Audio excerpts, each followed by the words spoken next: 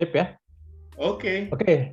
Assalamualaikum warahmatullahi wabarakatuh. Selamat datang di Paradigma Podcast, tempat kita berbagi informasi yang dikupas dengan kritis, dinamis, dan optimis.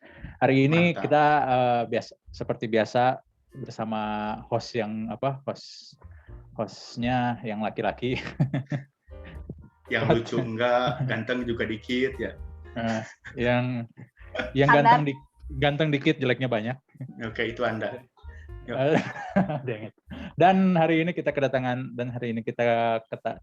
tamu istimewa, teman lama, murid lama, muka lama yang dulu pernah sama-sama di satu tempat.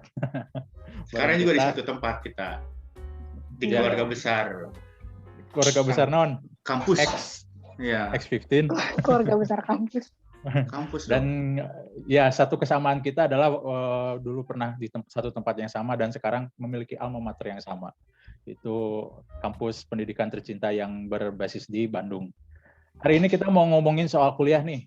Kenapa ngomongin soal kuliah? Karena biasalah bulan Agustus itu bulan-bulan yang kita tahu pasti awal dari semester baru, mahasiswa baru, mahasiswa yang baru lulus dari SMA udah keterima di universitas, yang baru lulus UTBK atau yang tahun kemarin gap tahun nggak ngapa-ngapain atau kerja dulu sekarang mencoba peruntungannya di universitas. Nah, hari ini kita mau ngebahas gimana sih rasanya menjadi mahasiswa. Kalau di podcast kita yang sebelumnya kita udah ngebahas bagaimana rasanya mahasiswa, tapi dari sudut pandang kita berdua yang udah mahasiswa kolot ya, yang sebelah saya yang kolot, yang sono.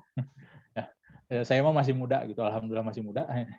Nah, kalau sekarang kita kedatangan tamu yang masih merasakan yang namanya menjadi mahasiswa, yang masih menjalani proses bagaimana sulitnya menjadi mahasiswa atau perjuangannya menjadi mahasiswa. Dan kita akan membahasnya dari dua sudut pandang itu, gimana sih rasanya jadi mahasiswa zaman sekarang dan zaman lalu atau zaman dahulu, dan yang terutama adalah bagaimana sih rasanya jadi mahasiswa luring dan daring gitu kan. Kalau luring, alhamdulillah saya dan Karisma itu udah merasakan full luring gitu ya, di luar jaringan. Kita ketemu dosen, kita ketemu teman, kita bergumul dengan malasnya diri kita di kosan teman. Nah, sekarang kita mau ngedenger ceritanya tentang mahasiswa daring dan gimana sih rasanya jadi mahasiswa zaman sekarang. Oke? Bentar dulu. Tuh, kenalin dulu dong gimana sih? Oh iya, untuk hari ini bintang tamu kita. Narasumber mah terlalu formal juga seminar internasional gitu kan. Oke. Nah, pembicara kita dari Zimbabwe dan dari Turkmenistan gitu kan nggak enak. Gitu kan, beda. Ini mah kita ngobrol barengnya, kita sebut bintang tamu, semoga di masa depan jadi terkenal, nggak lupa sama siapa yang mengorbitkan mereka gitu ya. Mantap. Itu amin. Followernya lumayan banyak ya mereka ya. Ya gitulah, amin. Ya. Kalau kita mah apa ya? Kita mah apa tuh? Nggak tahu nih. Kalau di dari sudut pandang saya, di bawah saya ini ada Amira gitu. Ada Amira, dia mahasiswa angkatan tahun berapa, Amir? 2019 jurusan Pendidikan Bahasa Korea.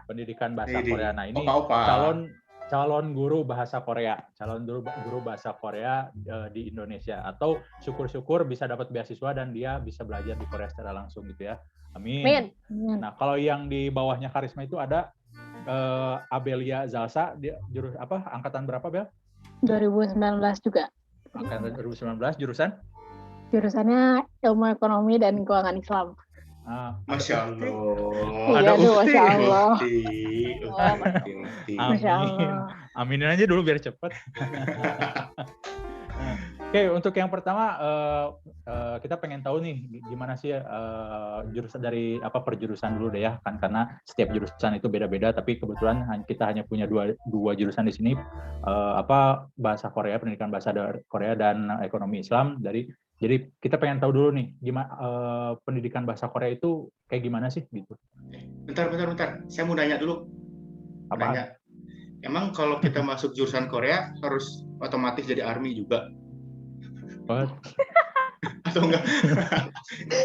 Nanya doang. Yuk, lanjut. Terus. Angkat tangan. Istilah Korea nggak ngerti. Ya, silakan lanjutkan. Gimana? Gimana Korea nih? Gimana Korea? Gimana sih jurusan bahasa Korea itu di sana ada apa aja gitu? Ngapain aja? Belajar apa aja? Oke. Jurusan bahasa Korea itu sebenarnya jurusan termasuk jurusan bungsu di UPI karena baru sekitar beberapa hari yang lalu kita baru ulang tahun ke-6. Jadi tahun ini tuh jurusan bahasa Korea UPI baru menginjak 6 tahun. Angkatannya juga baru mulai dari tahun 2015 sampai sekarang baru mau masuk angkatan 2021. Berarti baru 19, 19, 20 baru ada mau 7 angkatan. Jadi masih sangat muda aku tuh.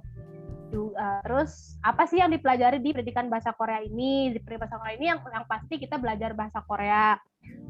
Tapi apa spesialnya bahasa Korea UPI dibanding jurusan bahasa Korea di kampus lain ini?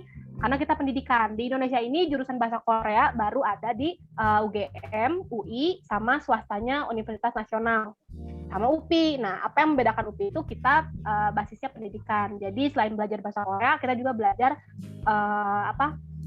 mata kuliah pendidikan. Jadi diarahkannya lebih untuk menjadi tenaga pendidik.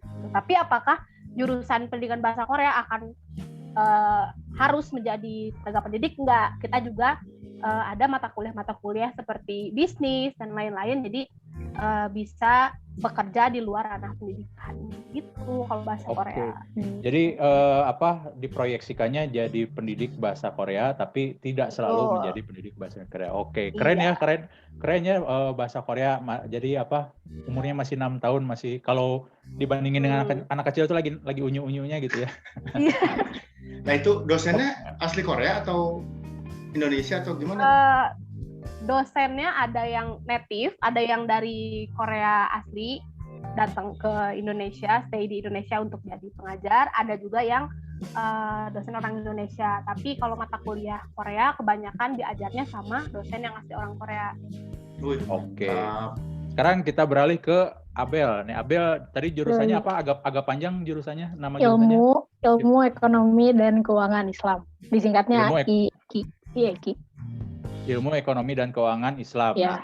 Nah, apa sih bedanya gitu kan? Kalau ekonomi dan keuangan itu jurusan lain juga ada gitu kan, tapi jurusan kamu ada embel-embel Islamnya gitu. Nah, perbedaannya apa di situ?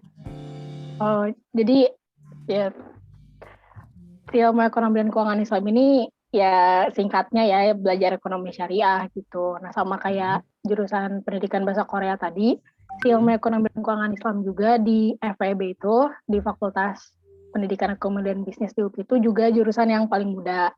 Tapi lebih tua dari yang tadi sih. Kalau tadi 2015 ya, kalau si IEKI ini 2013. Jadi angkatannya sama-sama belum banyak gitu.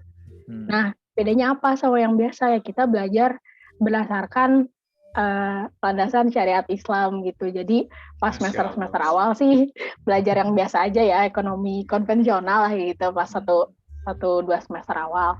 Nah, udah kesananya yang Islam gitu belajar ekonominya. Oh, gitu jadi nyerempet jadi guru agama gitu ya? Nah itu sebenarnya kalau buat aku pribadi sih lebih banyak belajar agamanya ya daripada belajar ekonomi. Kayak ada tugas hafalan gitu, ngaji gitu sih. Alhamdulillah. Itu Bel kalau misalkan hafalan ngaji, UPI semua juga ada bukunya. Tapi kalau ini syarat kelulusan terus tugas dari dosen gitu emang harus ngapalin di post di Instagram gitulah. Alhamdulillah. Saya mau nanya dong. Bel. Apa? Kalau Abel ngitung uang nggak baca Bismillah masih syariah nggak? Pertanyaan apa itu tuh? Berlandaskan tadi bilangnya itu gimana sih? Gimana niat? Kalau niatnya bagus mah kayaknya nggak apa-apa. Jadi Abel bisa ngejelasin dong itu pinjam uang di bank syariah sama konvensional bedanya jelas banget kan itu? Sebenarnya kalau bank syariah tuh yang sekarang udah ada sebenarnya belum se-syariah gitu loh. Jadi masih banyak yang harus diperbaiki lah. Jadi ya masih emang mereka jualan produknya produk syariah yang kayak mudharabah musyarakah yang gitu-gitu mereka ada. Cuman dalam sistem pelaksanaannya tuh masih belum total syariah gitu. Jadi intinya teori belum sesuai dengan apa yang terjadi di lapangan gitu ya? Prakteknya belum sesuai dengan teori yang seharusnya ada gitu. biasa sih itu mah udah hal yang Iya. lumrah, udah rahasia umum kalau jangankan perbankan syariah gitu ya, olahraga atau bahasa Korea atau bahasa Indonesia sendiri aja yang sebagai background saya, pasti semua gitu merasakannya. Teorinya begini gitu, tapi ketika kita terjun di lapangannya pasti beda. Itu semua adalah hal yang sama. Oke. Nah, kita kita berhenti dulu sampai di situ untuk background kalian. Nah, sekarang kita masuk ke tema utama kita, yaitu sebagai mahasiswa. Nah, gini nih, kan kalian itu kebetulan adalah mahasiswa yang merasakan kuliah luring berapa tahun ngerasain kuliah luring? 1,5 semester. 1,5 semester atau 1,5 tahun? 3 semester atau 1,5 tahun? 1,5 semester. Jadi satu semester tuh full. Offline luring. full. Ya. Nah, semester 2 cuma setengah gitu. Nggak setengah lah, sama sampai UTS. Jadi 2019 kita mulai lockdown gitu. Lockdown itu Maret 2020 ya, ingat Maret 2020 ya. Betul. Nah, perbedaan apa sih yang paling kentara gitu, yang paling kalian rasain gitu dari kuliah luring dan kuliah daring gitu? Siapa aja dulu lah yang mau share berbagi pengalamannya. Orang Korea pakai bahasa Korea ya. Ya Allah, nanti Terus aku harus pakai bahasa Arab gitu. Iya, ambil bahasa Arab gitu kan, jadi lebih Ya enak. nggak apa-apa sih kalau nanti mau translatein. Ntar aja. Alhamdulillah saya jurusan bahasa Indonesia ya. Ya, akhir saja ntar ngomong bahasa Koreanya. Jadi gimana bedanya gitu? Apa bedanya gitu yang paling kerasa gitu? Bedanya sih yang paling jelas dari teknisnya ya, karena yang biasanya kita belajar datang ke kampus, duduk di kelas, komunikasi secara langsung sama pengajar. Sekarang kita cuma dengan lihat layar komputer atau pakai grup, tugasnya kirim-kirim lewat email gitu. Terus dari perubahan teknis itu kerasa juga dari kegiatan belajar mengajarnya, apalagi di awal-awal ini terasa kurang efektif karena mungkin banyak terkendala juga ya, ada yang terkendala sinyal, ada juga mungkin pengajar yang terkendala media belajarnya jadi bingung, karena kan di sini yang harus beradaptasi bukan cuma kita sebagai mahasiswa ya, tapi dosen juga bingung gimana nih caranya menyampaikan materi yang efektif dengan cara online seperti ini gitu. Asalnya cuma tinggal nulis di papan tulis, sekarang harus bikin PowerPoint dan lain-lain gitu. Jadi ketika kendala-kendala itu ketemu, mulailah kerasa macam-macam masalah, kayak nggak ngerti nih materinya apa, atau pas lagi kelas online nggak nerima materi dengan baik karena kendala sinyal, belum lagi yang nggak bisa tanya jawab langsung sama dosen. Terus komunikasi sama teman juga kan terganggu ya, karena kan walaupun di kelas itu nggak boleh ngobrol, tapi kadang komunikasi sama teman tuh penting. Misalnya nanya, ini sebenarnya materinya gimana sih, atau soalnya kayak gimana sih? Itu juga jadi terhalang karena susah ya kalau misalnya lagi online kuliah di Zoom meeting sambil ngobrol di WhatsApp gitu kan susah juga. Jadi ya banyaknya sih kendala-kendala yang menghalangi kegiatan belajar. Jadi kita awal-awal ya apalagi merasa kegiatan belajar pengajar dalam online ini tuh kurang efektif gitu. Tapi karena udah lama juga, akhirnya lama-kelamaan baik mahasiswa sama pengajar juga mulai adaptasi, jadi sekarang udah lumayan baik lah. Kalau Abel gimana, Abel? Apa yang kerasa bedanya gitu? Kalau secara teknis sih kalau lebih semuanya sama ya, kayaknya kendalanya soal jaringan, teknis ngajar dan lain-lain. Cuman kalau aku yang paling aku rasain banget waktu awal-awal baru online tuh lagi ada matkul namanya pengantar bisnis. Nah dia tuh matkulnya emang harusnya banyak praktek. Nah waktu itu tiba disuruh offline suruh online kan. Jadi buat matkul-matkul yang perlu banyak prakteknya itu lumayan sangat terganggu sih. Jadi kita belajarnya nggak ngerti harus ngapain gitu akhirnya, karena dikonversikan ke kegiatan yang lain kayak cuman kerjaan PowerPoint, presentasi gitu-gitu, jadi agak kurang relevan sama yang harusnya kita pelajarin beneran gitu. Sama yang paling kerasa banget tuh kalau udah mulai mata kuliah yang ada hitungannya. Itu pas online susah banget buat di ngerti gitu. Kita offline aja nggak ngerti ya, apalagi online gitu. Oh jadi nggak ini ya, offline aja nggak ngerti, apalagi online gitu ya. Iya, hitungan Jadi, gitu, belajar statistika online. hopeless aja sama hitungan itu mah kayaknya. Iya udah gitu. Nah, tapi kalau misalnya khusus gitu, misalnya Amira dengan jurusan bahasa Korea, Abel dengan jurusan perbankan syariahnya, itu ada nggak hal yang menyulitkan tapi khusus untuk jurusan kalian gitu dari kuliah online ini gitu? Kan kalau di ISBI ada tuh ya. Kalau saya susah deh. Masa saya kuliah bola harus direkam main bola. Nah, kayak gitu kan. Itu kan. Jadi yang praktek kalau di ISBI gini jurusan tari gitu misalnya. Nah, misalnya kita tarinya begini terus diliatin gerakannya salah eta cingirna kuduna kalau harus gitu kan susah gitu kan. Kan gitu dah, bukan. Nah, itu khusus jurusan tari atau khusus jurusan di saya ada jurusan patung gitu ya. Nah, ketika cara mahat mahasiswa tuh salah gitu. Itu pahatannya digerakin ke kanan. Gini Pak, bukan ke kanan. Gini Pak, bukan gitu. Iya, terus jadi kayak iya komunikasinya sangat tidak komunikatif. Nah, kalau di jurusan Korea atau jurusan perbankan syariah ada nggak yang khusus gitu untuk jurusan kalian yang bikin sulit gitu kuliah online ini? Kalau bahasa Korea sih sebenarnya nggak ada ya, karena bukan nggak ada, sedikit kendala yang khusus untuk jurusan bahasa, karena seperti yang kita tahu kalau belajar bahasa ini kan banyaknya teori ya, maksudnya nggak banyak praktek, kayak misalnya Abel tadi ada praktek bisnis dan lain-lain. Kalau kita kan memang fokusnya di teori, latihan tulis, baca, ngobrol, yang sebenarnya kalau dilakukan secara online, secara daring itu masih cukup dapat dijangkau gitu, nggak ada yang jadi terhambat kayak misalnya tadi kata Pak Karisma, kalau anak-anak olahraga kuliah online gimana gitu lah, apakah harus main bola direkam gitu. Kalau bahasa kan sebenarnya gampang ya, kalau kita mau latihan ngobrol kita bisa teleponan, kita mau kalau belajar baca atau belajar nulis bisa dikirim, itu masih sangat gampang sih bentuknya. Ditambah lagi alhamdulillah sekarang kan kalau belajar bahasa Korea media cukup banyak ya untuk bahasa Korea. Kita belajar dari drama Korea yang sekarang booming aja gitu bisa gitu. Jadi untuk kendala yang khusus cuma anak Korea yang ngerasain sih sebenarnya sejauh ini nggak ada. Paling kalau kita nyari buku, karena buku bahasa Korea itu belum banyak kalau dijual yang komersil. Jadi kita tuh benar-benar harus nyari atau kita minta tolong atau dikasih sama prodi, baru nanti diambil ke kampus, karena belum banyak kalau kayak di Gramedia kayak gitu-gitu, belum banyak buku bahasa Korea yang bisa dijadikan acuan belajar di kampus gitu. Oke. Kalau gimana kalau ekonomi syariah nih? Anak ekonomi syariah?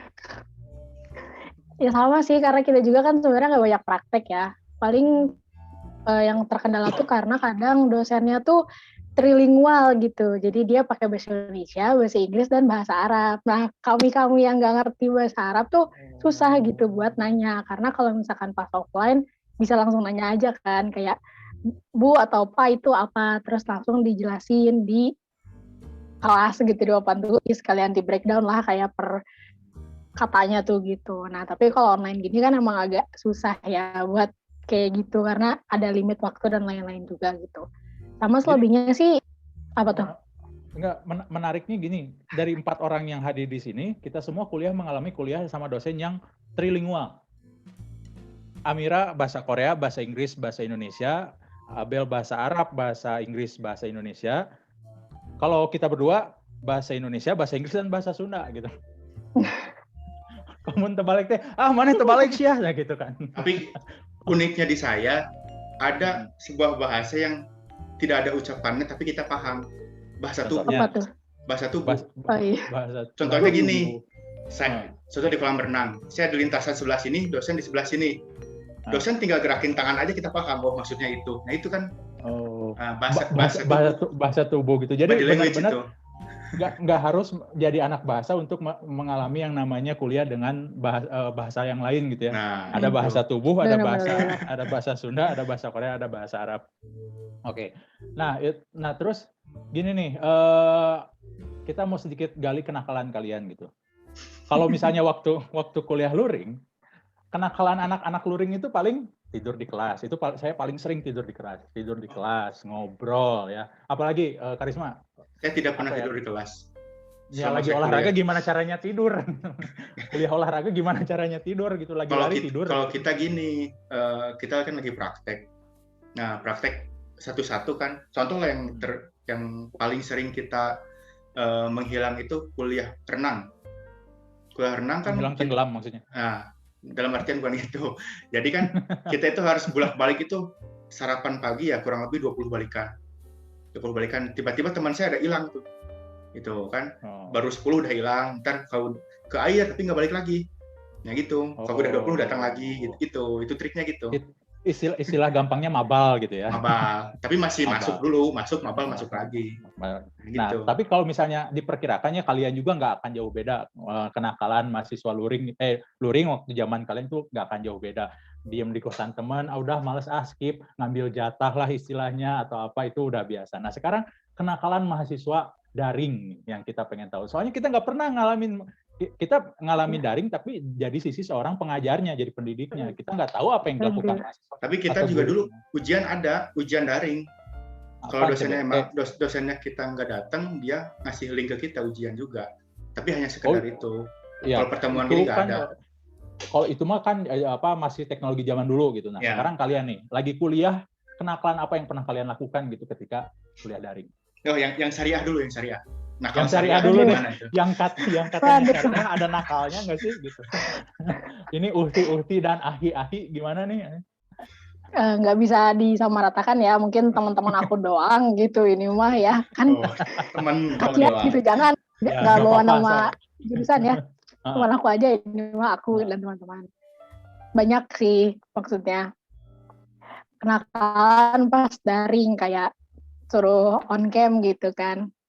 Mau karena mager pakai kerudung kayak mager on cam, bilangnya Pak maaf saya kameranya rusak, Pak maaf terkendala sinyal, padahal ya kita bisa aja, sama aja kayak on mic sih kayak gitu.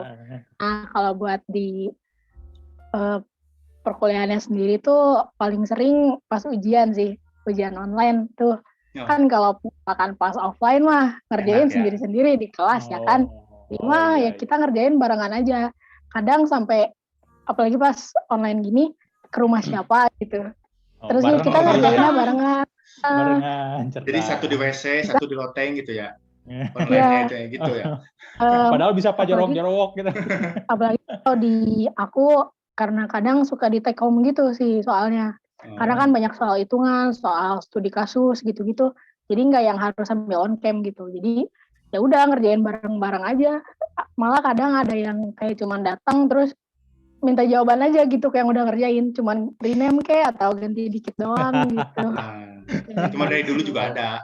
Itu mah dari dulu juga ada. Bedanya dulu itu kita harus print dulu. Sekarang nggak usah print. Yang itu kan kopas. Iya, sekarang kopas doang, dulu di print dulu baru jadi. Oke. Kalau anak Korea nih gimana anak Korea? Kalau anak Korea sebenarnya kurang lebih sama ya. Kalau selama ini sih aku ngerasanya dosa paling besar selama kuliah daring adalah nyontek. Itu sama. Jangankan ujian, kadang tugas mingguan, tugas harian aja kita masih suka nyontek. Sampai ya Allah, semoga dosen-dosen aku nggak nonton ya. Nggak apa-apa. Sampai ada di titik menyadari kalau dulu tuh pernah kuliah offline terus bisa gitu lo ngerjain tugas nggak nyontek. Kok bisa ya dulu kayak gitu. Sekarang gue kalau ngerjain apa-apa harus nyontek, harus bareng sama temen gitu. Kok bisa sih dulu kita kayak ngerjain ujian sebangku sendiri-sendiri nggak nyontek sama sekali dan survive gitu. Kok bisa ya gitu. Itu sih nyontek yang paling sering. Terus juga sama kayak kalau lagi kuliah Zoom, males on cam. Kalau aku sih sering juga, ya nggak sering-sering banget, tapi ya oke lah, lumayan sering. Kalau lagi malas banget join Zoom, udah gitu off cam, off mic, terus tidur. Itu yang ditunggu. Ini teman aku dia saking malesnya dia join, jadi dia tuh bayar temennya buat kayak ini joinin pakai nama aku gitu. Terus kalau misalkan absen suruh ngomong kan ada tuh dosen yang suruh kayak kalau misalkan dipanggil, misalkan Abelia hadir Pak, hadir Bu gitu. Ketik aja katanya gitu, bilang aja mikrofonnya rusak. Sampai ada teman aku yang gitu. Itu Tapi triknya. udahlah. Itu triknya ya, itu trik. Kita sudah Tapi paham itu entah kenapa perasaannya sama kayak kita waktu kita dulu titip absen. Iya, benar. Ya, titip absen gitu kan. Malas titip absen lah, tanda tangan kumaha we da nu apal. Nah, gitu kan. Tapi aku ada yang lebih bodor gara-gara kenakalan itu. Jadi pada suatu matkul, kalau di UPI kan ada matkul MKDU yang ngambil dosennya dari luar fakultas. Waktu itu aku lupa matkulnya apa, tapi dosennya ini dari FPTK. Terus karena MKDU, jadi kelasnya dijoinin bareng sama anak tata boga. Jadi bareng tuh, satu kelas isinya ada tata boga sama bahasa Korea, UPI. Nah, terus waktu itu aku lagi ngantuk banget, jadi aku join di handphone, udah gitu off cam, off mic, tidur. Nah, udah gitu bangun, udah kayak tidur lama, kebangun, buka HP, masih join Zoom. Tapi pas dilihat, kenapa PowerPoint-nya tentang gizi makanan? Pas dilihat partisipannya, ternyata itu udah tinggal anak tata boga semua, tinggal anak bahasa Korea, tinggal aku sendiri. Mantap itu. Jadi udah pada les semua. Gara-gara itu aku tidur. Keunggulan sekarang itu. Kalau zaman kita nggak bisa itu. Kalau zaman kita mah masuk ke kelas orang lain malu ya. Iya, jadi nggak masuk ke kelas orang lain malu ya kita. Jadi kalau sekarang mah masuk ke kelas orang lain nggak ada yang tahu gitu kan. Tinggal ganti foto profil sama nama, ya udah nggak ada yang tahu siapa kita gitu. Kita belajar. Tapi tetap malu sih. Malu-maluin bukan malu itu. Tapi ada enaknya juga kalau sekarang tuh. Kita istilahnya kita nggak dapat marah dosen secara langsung, gitu kan? Iya benar. Ibaratnya kamu dimarahin dosen, volumenya aja kecilin, beres gitu kan? Kalau kita kan dulu kita tinggal baca gerakan mulut ya, dia ngomong apa itu. Berhenti, nyalain aja.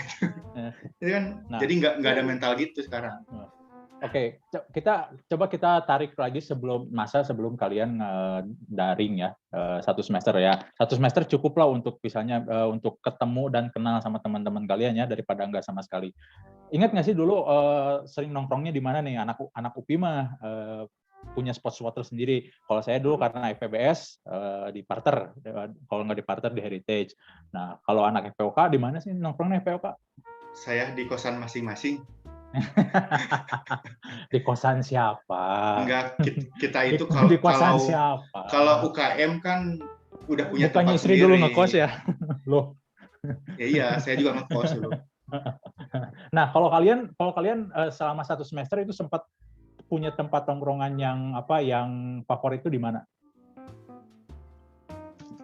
Kalau aku sama teman-teman sih rata-rata anak bahasa Korea suka ngider ya istilahnya. Terus kan mungkin Pak Sidik juga tahu kalau kantin FPBS itu rada awis ya.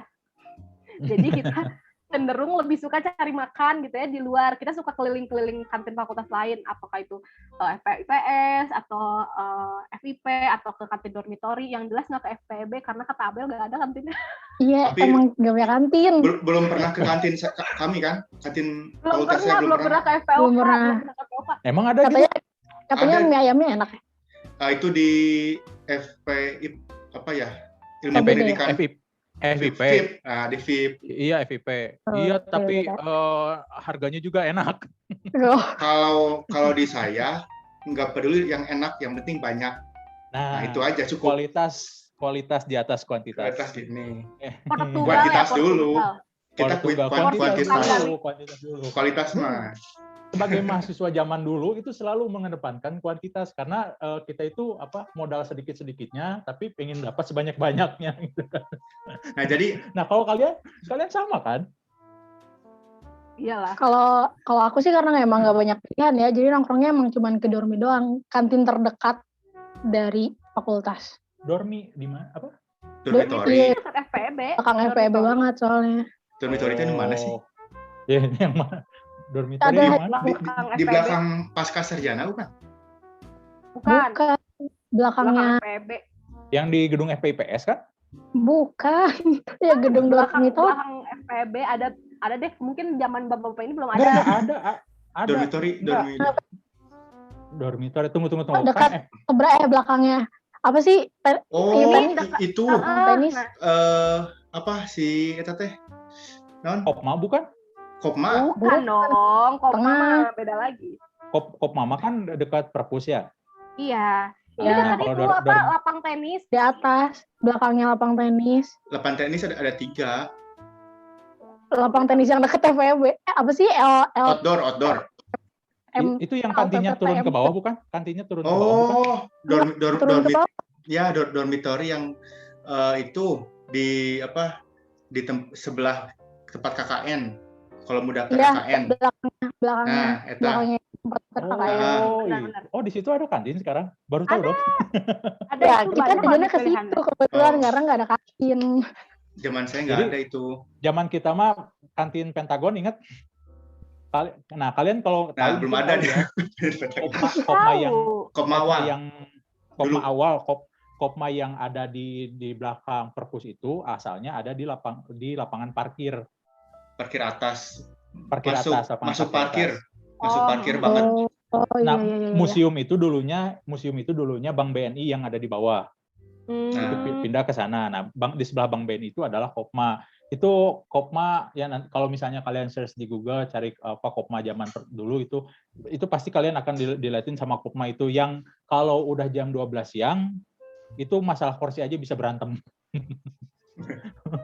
Masalah kursi itu bisa berantem, nggak cewek nggak cowok, udah nggak kenal yang namanya cewek cowok, anak kecil, anak Rebutan. senior junior, rebutan banget. Nah sekarang pindah ke sana jadi lebih luas. Oh Tapi yang enak mah FIP, bener. iya, Makanan yang enak harganya, di VIP. harganya juga enak. Iya, harganya tapi Harganya agak dia. Harganya bikin, jadi abis makan dapat bon tuh lapar lagi langsung. Tapi enak, lengkap gitu, lengkap. Selain di itu, Nah itu memang. di belakang Pasca Sarjana itu. PKM itu. Oh Ya, iya, aku juga kantin suka ke PKM. PKM ya. Di bawah. Tapi itu Oh. juga sama kalau siang dikit penuh pasti PKM tuh. Oh iya, Oh, dulu zaman Semua saya. kantin nggak sih kuliah tapi gitu. kayak gitu. Karena Samping semua PKM tuh kantin. kayak sasaran semua orang PKM, Kopma gitu. Nah, kebetulan karena di kantin di dalam kampus itu pas jam makan siang kebetulan hampir semua penuh. Kalian punya nggak tempat makan di luar gitu selain di kantin yang ada di lingkungan UPI gitu? Kalau saya dulu ada di ini kantin Pelangi. Ini harusnya anak FPB sama FPBS tahu kantin Pelangi. Anak FPK nggak tahu, nggak apa-apa gitu. Tahu nggak Nggak kantin tahu. Pelangi? Nggak tahu. Aku tahu tapi taunya gara-gara diceritain Pak Sidik dulu. Ya, iya, kantin Emang Pelangi itu yang Di mana? jadi gedung FPB kan ngelihat pokoknya mah arah gedung FPB ngelihat arah lihat gedung FPB FPB baru apa yang lama? yang lama yang sebelah parkiran Karena yang di depan. ya Nah, di situ tuh asalnya ada tembok gitu tapi dibolongin gitu sama warga kayak dibolongin gitu. Cuman dibolongin aja bukan jadi pintu, dibolongin untuk jadi akses masuk ke kosan. Tembus ke kosan ke Cipaku kalau nggak salah. Cilimus ya Cipaku. Cilimus dong. Cilimus ya. Cilimus Jadi dong. Cilimus jauh. Yang enggak bukan Cilimus yang ke nembus ke depannya Negla itu enggak sih? iya Negla kok Cilimus Iya. Negla. Cilimus Oh. ada atas. Nah, masuk ke sana di situ ada yang terkenal itu adalah bakso tetelannya. Oh, itu. Oh, aku pernah makan seblak di situ. Nah, Sebelahnya iya, tukang iya. sebelahnya Seblaknya, cincau. seblaknya tahu. Kalau seblaknya tahu. Ya. Apa sih nama seblaknya, Bel? Lupa. Enggak tahu namanya lupa. Seblak Iya, itu. kalau seblaknya tahu. selain Sebab- bakso tetelan, yang terkenal lagi itu ini apa katsu apa sih namanya tuh lupa lagi. Enggak tahu. Ya, kalau yang katsunya. Yang 5 ribuan itu. Ya betul yang 5 ribuan cuman nasi, katsu terus dikasih saus sama mayones. Oh, Nah, mayo, katsu Chicken mayo mayo, namanya. chicken mayo. Chicken mayo, nah namanya itu. Nah, Tapi bentar. kita Bentar lu. Waktunya mau habis, nanti kita sambung part 2. oke ya, Oke. nanti kita sambung lagi part 2 ya. Oke. Oke, masih Oke. membicarakan kampus kami di Ledeng. Ya, kita bertemu di Break dulu sebentar, nanti kita Part ketemu lagi 2, di oke. Paradigma part 2. Oke. terima kasih.